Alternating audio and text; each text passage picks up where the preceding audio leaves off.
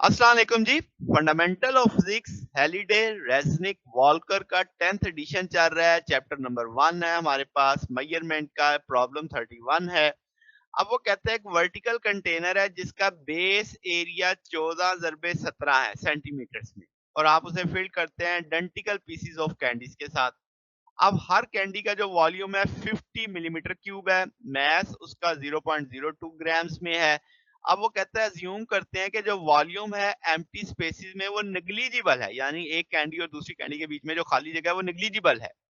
अगर हम height of candy का कहें कि कंटेनर इंक्रीज करता है एट द रेट ऑफ, यानी एक कैंडी डालेंगे तो उसका जो वॉल्यूम ऊपर आएगा, हाइट ऊपर आएगी, वो 0.25 सेंटीमीटर पर सेकंड है।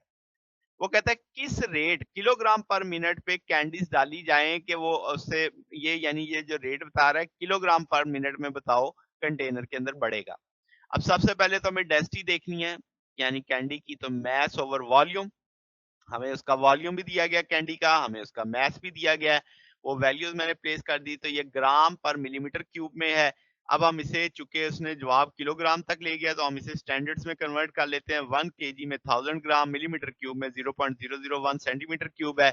अब मिलीमीटर क्यूब से कट जाएगा, ग्राम ग्राम से कट जाएगा, तो केजी पर सेंटीमीटर क्यूब आ जाएगा। तो वो आप न्यूमेरिकल वैल्यूज को सॉल्व करेंगे तो 4.0010 रेज़ पावर -4 ही बचेगा आपके पास। अब जैसे उसने कहा कि एम्प्टी स्पेसेस नेग्लिजिबल हैं, तो टोटल मास ऑफ कैंडीज अगर अब हमें पता चल जाए तो हम कहेंगे जितनी वो आपके पास हाइट है, तो m बराबर आ जाएगा रो ए एच। ये ए एच वॉल्यूम को इंडिकेट कर रहा है, ठीक है, कंटेनर का जो आपके पास है। अब ए भी, एरिया भी दिया हुआ है, वॉल्यूम आपको हाइट भी दी हुई है, तो ए इंटू एच के साथ हम करेंगे तो 238 सेंटीमीटर आ जाएगा। डेंसिटी हमें दी हुई है उस चीज की, तो हम कह सकते हैं कि D M over D T. अब हम कह सकते हैं D rho A H over D T.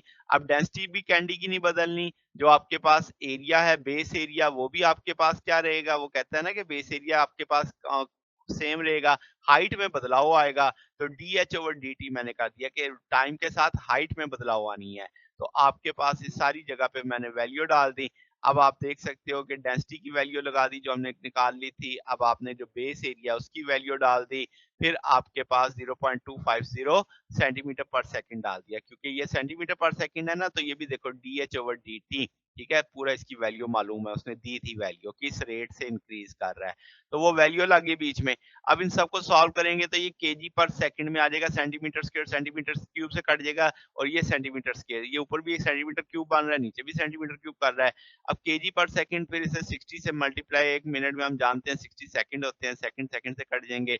उस 60 को 1.43 से 0.0238 से मल्टीप्लाई करेंगे तो वो 1.43 केजी पर मिनट आ जाएगा। तो इतना रेट मास चेंज आएगा पर मिनट आपके पास जब आप कैंडीज फिल कर रहे होंगे। तो ये हमारे पास आज का प्रॉब्लम था।